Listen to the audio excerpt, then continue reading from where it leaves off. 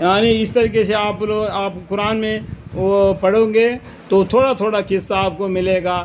یعنی شعیب علیہ السلام نے کیا کیا، میری قوم اللہ کی عبادت کرو اور شرک کو چھوڑ دو اور روز قیامت سے ڈرو اور سر زمین میں فساد مت پھیلاؤ.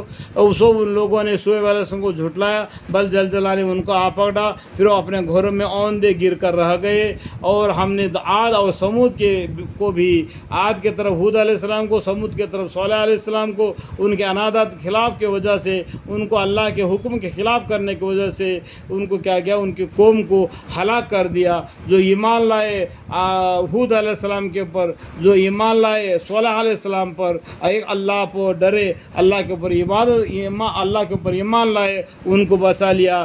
باقی نافرمانیوں کو اللہ تعالیٰ نے عذاب میں مبتلا کر دیا. ایک حصہ کیا گیا قرآن میں، وہاں تھوڑا یہاں تھوڑا لکھا ہوا ہے. یہ آپ کو سمجھنے کے لیے آپ کو قصص الانبیاء پڑھنا ہی پڑے گا. آپ تب معلوم پڑ جائے گا اس آیت کے پیچھے کتنا بھید ہے.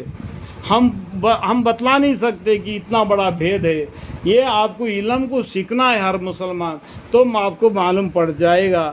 ہلاک کیا، اور یہ ہلاک کا ہونا تم کو ان کے رہنے کے مقامات سے نظر آ رہا ہے، ان کے مقامات سے تم کو نظر آ رہا ہے. اور حالت ان کی یہ تھی کہ شیطان نے ان کے عمل بد کو ان کی نظر میں مستحسن کر رکھا تھا، اور اس ذریعہ سے ان کو رائے حق سے روک رکھا تھا. دیکھو شیطان کیا ہے؟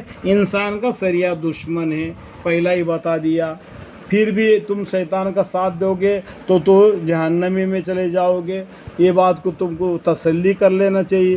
اور حالت ان کی یہ تھی کہ شیطان نے ان کے عمل بد کو ان کو نظر میں مستحسن کر کے رکھا تھا. وہ جو انسان جو کام کرتا ہے بالکل یہی صحیح ہے، یہی بالکل ٹھیک ہے. اس طریقے سے شیطان نے اس کا دل میں وسواس ڈال دیا. اس کے وجہ سے وہ پیغمبر کے کہنے کو نہیں مانے، شیطان کا گروہ بن گئے. دیکھو شیطان کا گروہ نقصان پانے والا ہے. اور جو اللہ کے چنے ہوئے منتخب جو پیغمبر ہے اور ان کے کہنے پر جو چلے، وہ ان کے پر رحمت اللہ کی نازل ہونے والا ہے. اس بات کو جاننا چاہیے. اور اس کے ذریعے سے ان کو رائے حق سے روک رکھا تھا. اس شیطان نے کیا کیا؟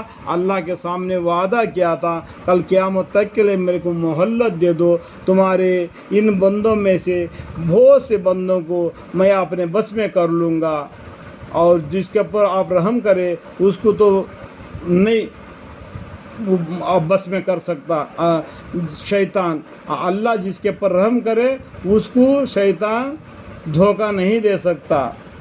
شیطان کس کو دھوکہ دے سکتا ہے وہ بھی قرآن میں بتلایا ہے. اور لوگ ویسے ہوشیار تھے کہ، اور ہم ہوشیار تھے، ان کے حق سے روک رکھا تھا. یعنی اور وہ لوگ ویسے ہوشیار تھے. اس طریقے سے شیطان کے گروہ بن کے ہوشیار بن کے رہ گئے.